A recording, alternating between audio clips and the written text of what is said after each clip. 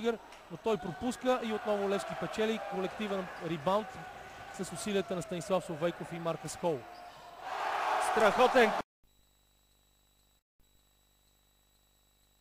в нападение Васил Евтимов срещу Кения Делеке.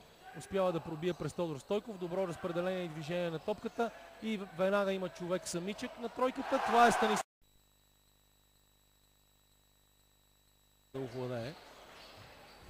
Поскочилата доста далече от коша топка. Навлязохме вече във втората половина на втората четвърт. Отлична комбинация отново на Левски. И това беше също нарушение. Изненадва ли солидната игра на двамата плеймейкъри, особено на Хол, на американеца Хол от Левски? Да, те се справят блестящо и Хол, и както сами виждате.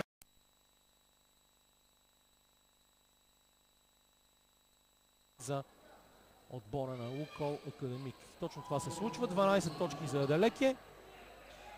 Асен Великов пробва зад центъра. И това е нещо феноменално! Такова нещо не... Втората четвърт с 33 на 31. 64 на 46 в един от най-резултатните матчове. За да върне аванса на своя отбор отново на 4 точки. 46 на 42. Само минута и 10 секунди до края на полувремето. Великов. И той пробва тройка и бележи. Отлично включва.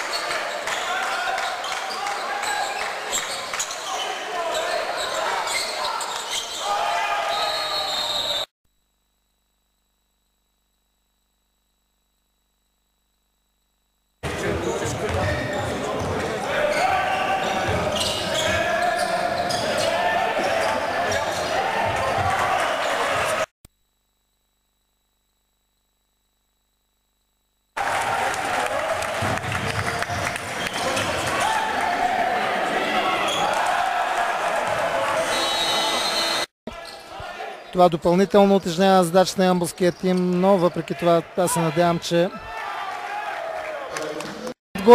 няма нарушение. Асен Великов вкарва четвъртата си точка. Успя да вземе поредна борба. Асен Великов, фаул и кош.